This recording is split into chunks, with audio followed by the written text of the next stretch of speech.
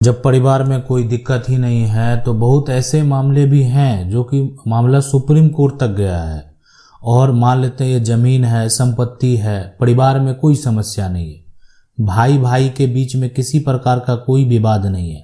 तो जब किसी प्रकार का कोई विवाद ही नहीं है तो उस केस में क्या होता है कि परिवार में मौखिक तौर पर संपत्ति का बंटवारा हो जाता है। बंटवारा हुआ और जो भी हुआ मौखिक तौर पर हो गया। अब हम ये बात अगर करें कि मौखिक तौर पर बंटवारा तो कर लिए, लेकिन बंटवारा का कोई कागजात तैयार ही नहीं किए, संपत्ति को सिर्फ बांट लिए, फिर सभी में सब कुछ ठीक हो गया, किसी प्रकार का कोई दिक्कत नहीं है। लेकिन ये अभी जो है हो सकता है भाई भाई का जब तक रिश्ता हो तब तक ये सही चले, लेकिन जब एक तरह से जब रिश्ता आगे बढ़ेगा, परिवार आगे बढ़ेगा, जो भाई हैं उनके बच्चे होंगे, हो सकता है उनके आगे बच्चे होंगे, तो परिवार बढ़ा विवाद का कारण और बढ़ सकता है। इसलिए बंटवारा आप मौखिक करें लेकिन उसका कागजात आप तैयार कर लें, ताकि कागजात तैयार करने के बाद क्या होगा कि भविष्य में दिक्कत नहीं होगा। आज जितने भी विवाद हैं परिवार में, जितने विवाद देखने को मिल रहे हैं, जो भी मामले कोर्ट में जाते हैं वो मौखिक बंटवारा, यानी एक तरह से अपने मन से बंटवारा तो कर लिया गया, लेकिन अब क्या हुआ, जमीन है, कोई जमीन किसी एक हिस्सेदार को मिला, अब ये जमीन के आगे जो है रोड निकल गया। 3 भाई है, 3 भाई का मौखिक बंटवारा हुआ, एक भाई का जो जमीन का शेयर है, हक है, उसके आगे से रोड निकल गया है। अब ये जमीन का कीमत आप कह तो आसमान छू लिया, तो अब यहां पर क्या होगा, इसका कीमत अब करोड़ों में हो गया। तो अब तो ये इसमें सब अपना हक ढूंढेगा, तब देख रहा है कि ये हक हम प्राप्त कर सकते हैं, इसलिए कि आज भी जो है ये हमारे पिता के नाम से दर्ज है, ये हक हम प्राप्त कर सकते हैं, इसलिए जमीन का खतियान जो है वो दादा के नाम से दर्ज है। जमीन का बंटवारा हुआ, मौखिक तरीके से हुआ, किसी प्रकार का कोई कागजात नहीं है और ना ही जमीन का दाखिल खारिज अलग अलग हुआ। तो ये सारा कुछ जो है वो हुआ ही नहीं है। तो इस जमीन का अगर बात करें, कल को अगर इस जमीन से रोड भी गुजर जाए और सरकार अगर मुआवजा भी देगी तो इसमें इसके कागजात में जिनका भी नाम दर्ज होगा, मुआवजा जो है उन सभी के उत्तराधिकारी को मिलेगा। इसलिए कि ये जो जमीन का टुकड़ा है इसमें ये देखा जाएगा कि इसका कागजात किसके नाम से है। आपने बंटवारा मौखिक किया है, ऐसे मौखिक बंटवारे के बहुत सारे मामले सुप्रीम कोर्ट तक गए हैं। लेकिन इस बात को आप समझ लें, मौखिक तौर पर किया गया बंटवारा कानूनी तौर पर मान्य नहीं है। अगर आपके पास ऐसा कोई कागजात है जो रजिस्टर्ड डॉक्यूमेंट है, उस आधार पर आप जो है अपना दावा पेश कर सकते हैं। और जो अगर रजिस्टर्ड डॉक्यूमेंट है, रजिस्टर्ड बंटवारा है, तो कोई भी व्यक्ति दोबारा कभी भी बंटवारा की मांग नहीं कर सकता है। यानी पूर्वज के द्वारा बांटा गया प्रॉपर्टी है, रजिस्टर्ड तरीके से है, सभी का जमाबंदी अलग कायम है, कह सकते हैं सभी ने अलग अलग अपने जमीन का म्यूटेशन भी करवा लिया। खतियान भली परदादा के नाम से है, लेकिन अभी वर्तमान में सभी का पोजीशन अलग अलग है और सभी ने जमीन का म्यूटेशन भी अलग अलग करा लिया है, कोई दिक्कत नहीं होगा। समस्या यहाँ है, दादा ने अपने सभी बेटों को अपने नाम का जमीन बंटवारा दे चुके हैं। कुछ जमीन दादी का जीवन यापन के लिए रखा गया, दादा का डेथ हो गया और दादी अभी जिंदा है। दादा की जमीन अभी दादी के नाम से चल रहा है। दादी का 3 बेटा है और 1 बेटी है। अब दादी का पालन पोषण पोता कर रहा है, तो सिर्फ दादी जो है यहाँ पर पोता को देना चाहते हैं। तो कैसे होगा, सबसे पहले ये देखना है कि दादी के नाम से जो संपत्ति है, यानी ये जो मान लेते हैं जमीन है, ये आपके दादा जो दादा थे वो क्या किए थे, खरीदे थे। अगर ये जमीन दादी के नाम से जो है आपके दादा खरीदे थे, तो दादी किसी को देने के लिए स्वतंत्र है, आप नहीं रोक पाएंगे। अगर ये जो है खतियानी जमीन का सिर्फ म्यूटेशन दादी के नाम से कायम है तो उस पर दावा किया जा सकता है। देखें, दादी के पास टाइटल को लेकर कोई दस्तावेज नहीं है, वही खतियान है जो आपके पूर्वज का खतियान है। तो इसलिए दादी किसी को नहीं दे सकती है, लेकिन अगर दादा दादी के नाम से खरीदे थे जमीन तो वो देने के लिए स्वतंत्र हैं, वो किसी को दे सकते हैं। इसी प्रकार से अगर आपका भी सवाल है, आपको क्या करना है, कानून की 99 के कमेंट बॉक्स में जाना है, अपना समस्या लिखना है। अगर आप चाहते हैं कि आपको जल्द से जल्द आपका समस्या का हल मिले तो आप जाकर ज्वाइन भी कर सकते हैं, वहां कमेंट करेंगे। मेरा प्रयास रहेगा कि हम जल्द से जल्द आपके कमेंट का रिप्लाई कर सकें। अब यहाँ पर देखें कि मेरे दादाजी का जमीन जो है 100 साल पुराना है, उसमें मेरे बड़े पापा ने जो है कब्जा कर रखा है और औरत को जो है यहाँ पर जो भी भेज रखा है, ठीक है, बेच रखा जो भी है, तो क्या वह जमीन किस काम किया है, अभी तक उसका कोई रिजल्ट नहीं आया। देखें, दादाजी का जमीन जो है 100 साल अगर पुराना है, ठीक है, और बड़े पापा ने कब्जा कर लिया, जो भी कर लिया, अगर जमीन का कागजात है और आप कानूनी तौर पर जो है हिस्सेदार हैं, जैसे 100 साल मान लेते हैं जमीन है, 100 साल पुराना हो, 200 साल पुराना हो या 50 साल पुराना हो, जमीन यानी कहें दादा से आपके पापा, पिता, बड़े पापा जिनको भी मिला, तो इसमें सभी का बिना बंटवारा किए कोई भी नहीं ले सकते हैं, सभी का कानूनी अधिकार है। तो इसलिए यहाँ पर अगर मान लेते हैं वो बेच दिए, जैसे भी किए, तो आप इस पर जो है टाइटल का दावा कर सकते हैं। टाइटल का दावा करेंगे, उनको नोटिस जाएगा, जवाब देना पड़ेगा कि आप कब्जे में है, किस आधार पर कब्जे में, कोई कागज है, कभी बंटवारा हुआ था, तो जो भी है स्पष्ट तरीके से जानकारी देनी पड़ेगी और जानकारी देने के बाद ही आप जो है उस पर किसी प्रकार का कोई एक्शन ले सकते हैं। सर, मेरे दादाजी ने एक जमीन खरीदे हैं सन 2000 में, लेकिन हम लोग अब उस जमीन पर जो है जांच पड़ताल किए तो पता चला कि वह जमीन सन 1951 यानी फसली 1359 में जमीन भीट है। जब हम लोग जमीन बेचा है तो उसके पास गए, तब वह बोल रहे हैं कि हमारे दादाजी 29B केस लड़े हैं और सन 1973 में नाम हुआ है। अब क्या करें, यह जमीन सरकार लेगी या हमें, तो जो केस लड़े हैं इसका नकल प्रयास करें निकालने का। अगर नकल निकल जाता है तो सरकार कैसे ले सकती है। अगर मान लेते हैं केस लड़े हैं और आपके दादाजी केस जीते हैं, केस लड़ने के बाद अगर दादाजी केस जीते हैं और उसके बाद केस जीते होंगे तभी तो उनके नाम पर हुआ होगा, तो अब वो जमीन फिर सरकार नहीं ले सकती, इसलिए कि आप दिखा सकते हैं कि आपके पास जो है, कहते हैं कि मालिकाना हक जो आप प्राप्त किए हैं, किस आधार पर किए हैं, तो वो यही नकल है जो आपका केस का नकल है। तो केस का आप जो है डिटेल दिखाकर आप फिर से अपना दावा पेश कर सकते हैं।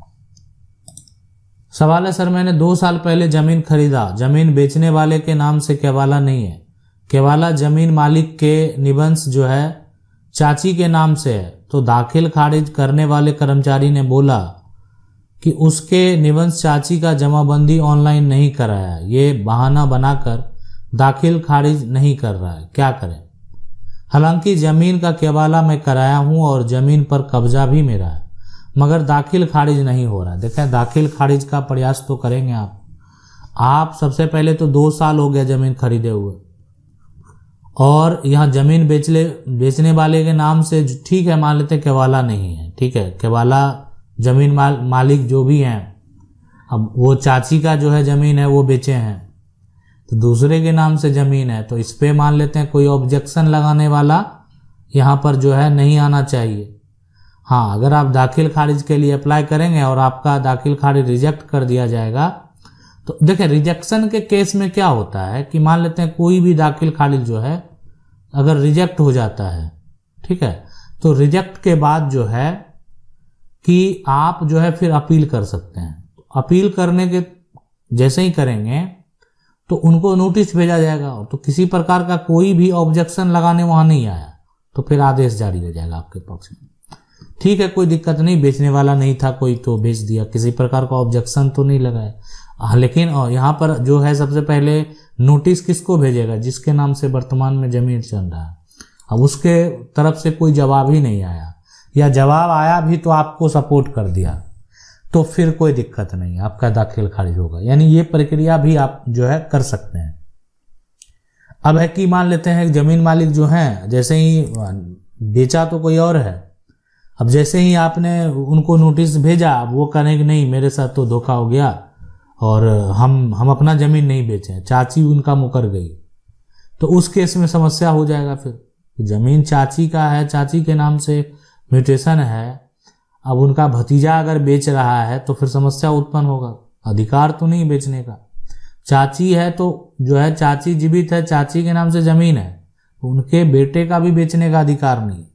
जब उनकी मृत्यु हो जाएगी तभी उनके, अगर अब वो तो एक तरह से कह सकते हैं निवंश है, मतलब उनको कोई जो है उत्तराधिकारी नहीं है, ठीक है, उत्तराधिकारी उनका भतीजा होगा। लेकिन उस केस में मान लेते हैं फिर भी वो जीवित हैं तो बेचने का अधिकार उनको नहीं। मेरे दादाजी के नाम पर जमीन है, उसे जो है पर कोई और जो है रहा है, 100 वर्ष के आसपास हमारे नाम से हो सकती है क्या? पापा खत्म हो चुके हैं, 10 साल हुए, ठीक है 8 साल, जो भी देखें, अगर कोई भी जमीन का टुकड़ा ना, जब ये कह देते हैं आपकी मेरे दादा के नाम से है, तो दादा के नाम अगर कोई भी संपत्ति है ना, तो उसके उत्तराधिकारी जो है दादा का बेटा हो जाएगा, दादा का बेटा, दादा की बेटी, ठीक है, पोता हो जाएगा, पोती हो जाएगी, ये सभी जो है ना उत्तराधिकारी हैं, और साथ में दादी भी होगी। तो ये सभी दादा के नाम पर जो जमीन है वो सभी इनके उत्तराधिकारी हैं। अब है कि जो दादा का जमीन है 100 वर्ष के आसपास जो है, अब वो अपने नाम पर, पापा नहीं है तो बिल्कुल आपके नाम पर होगा, क्यों नहीं होगा? आपको कराने का जो है पूरा प्रक्रिया समझना होगा, और इसको हम बताए भी हुए हैं कैसे प्रॉपर्टी ट्रांसफर कर सकते हैं। इसके लिए आप जाएंगे प्लेलिस्ट में, वहां पर देखेंगे हाउ टू जो है, और हाउ टू में जाएंगे तो वहां पर how to transfer father to son या ग्रैंडफादर टू जो है एक तरह से सन, तो इस तरीके से बताया गया है। आप जाकर प्लेलिस्ट में देख सकते हैं, पूरा प्रक्रिया आपको बताया गया है कि क्या क्या करना होता है। तो इसको आप फॉलो करेंगे, बिल्कुल जो है आप अपने नाम पर करवा पाएंगे, अगर आपके दादा की संपत्ति आप अपने नाम से कराना चाहते हैं तो बड़े भाई ने पहले खरीदी थी जमीन 40 साल पहले, जब भी मैं छोटा हूँ और मैं वहाँ रहा हूँ, और मैंने उसे पैसे भी दिए हैं उस प्रॉपर्टी का। 40 साल से जो है मैं ही रहा हूँ, 40 सालों में मैंने 3 बार जो है पैसे दे चुका हूँ। वो यहाँ पर जो है, तो देखें सबसे पहले जो है आप उसमें रहते हैं और पैसा दे चुका, पैसा जो दिए हैं ना उसका सबूत होना चाहिए, यानी पैसा आपने मान लेते हैं कैश में नहीं दिए हैं, आप अकाउंट टू अकाउंट पैसा अगर दिए होंगे वो सबूत है, ठीक है। अब मैंने जो है क्या करूं, मैंने उस पर जो है मुकदमा कर दिया तो इसमें क्या होगा? देखिए कानूनी तौर पर तो जिसके नाम संपत्ति है सबसे पहले तो वो बड़ा भाई है, तो बड़ा भाई का संपत्ति है, ज्वाइंट प्रॉपर्टी है, बड़ा भाई क्या करता है वो डिपेंड करता है हर चीज पर। मान लेते हैं बड़ा भाई जो है, जो उसका फैमिली इनकम है आपका परिवार का, बड़ा भाई को कोई भी ऐसा कह सकते हैं नौकरी नहीं है, उसी आय से वो प्रॉपर्टी खरीदे हैं, तो बड़े भाई अपने नाम से अगर प्रॉपर्टी खरीदे तो छोटे का तो ऐसा ही अधिकार होगा। लेकिन फिर भी जो भी कंडीशन हुआ होगा खरीदने का, आपने पैसे भी दिए, तो पैसे देने का पूरा आपके पास अगर प्रूफ है तो आप दावा कर सकते हैं, अपने अधिकार का दावा कर सकते हैं। परिवार का लोग है और आप उसमें रहते हैं, ये सारा कुछ जो स्पष्ट तरीके से आप मेंशन करेंगे कि हम उस जगह पर रहते हैं और उसका हमने पैसा दिया है और अभी हमको वो देना नहीं चाहता है, तो बिल्कुल आपको न्याय मिलना ही है। मेरी माँ जमीन कोर्ट में जाकर मामा के नाम जो है कर दिया, अभी मेरी माँ नहीं रही, तो इस परिस्थिति में हम लोग का कोई अधिकार? देखें सबसे पहले इस बात को मान लेते हैं कि आपका जो ये जमीन है, ठीक है, अब ये जमीन की अगर बात करें सबसे पहले, तो जमीन अगर बात करें तो माँ ने क्या किया, माँ ने कर दिया मामा के नाम, तो मामा के नाम जो जमीन किया तो क्या किया गया? जमीन का केवाला किया गया, जमीन का वसीयत लिखा गया, या ये कह सकते हैं जमीन का जमाबंदी सिर्फ कायम हुआ, यानी जमीन का जो है यहाँ पर म्यूटेशन किया गया सिर्फ, ठीक है। तो जो भी हुआ होगा, यानी समस्या का कारण जो है ना कि अभी जमीन को अगर मान लेते हैं कि माँ ने आपकी बेच दी, तो माँ को बेचने का अधिकार था। अगर वो पैतृक संपत्ति होगा तो माँ को बेचने का अधिकार नहीं है। मान लेते हैं माँ अगर खुद खरीदी है या आपके माँ के नाम से आपके पिता खरीदे होंगे, तो फिर माँ को अधिकार बनता है। अब हमारे दादा परदादा की संपत्ति है, पूर्वज की संपत्ति है, उसमें कोई एक व्यक्ति को यह अधिकार नहीं देता है कि आप सारी संपत्ति को बेच दें। हाँ, लेकिन अगर बोलने वाला कोई नहीं है, एक तय समय सीमा के अंदर आप बोलेंगे नहीं, आवाज नहीं उठाएंगे, कानूनी प्रक्रिया में नहीं जाएंगे, तो फिर किस प्रकार से अधिकार प्राप्त कर सकते हैं। आज भी ऐसे बहुत सारे लोग हैं जिनकी सारी संपत्ति पैतृक संपत्ति है ना, वो भी पिता ने बेच दी, लेकिन आपको पता है पिता भी को भी अधिकार नहीं है कि वो पूरी प्रॉपर्टी को बेच दे। लेकिन इनका जो बेटा है वो बोलने के लिए को तैयार नहीं है। यानी अगर बात करें जो है पैतृक संपत्ति को बेचकर जो है बेचा गया, लेकिन बेटे को जब समझ आया बाद में, जब जरूरत लगी, तो काफी समय बीत चुका था। तय समय सीमा के अंदर एक बेटा चाहे तो दावा कर सकता है, पिता को भी बेचने से रोक सकता है, और अगर कोई खरीद भी लिया तो उस जमीन की रजिस्ट्री को भी कैंसिल करवा सकता है। तो अब डिपेंड करता है कि देखें जमीन जो है किस प्रकार का, संपत्ति किस प्रकार का है, पैतृक है या अर्जित है।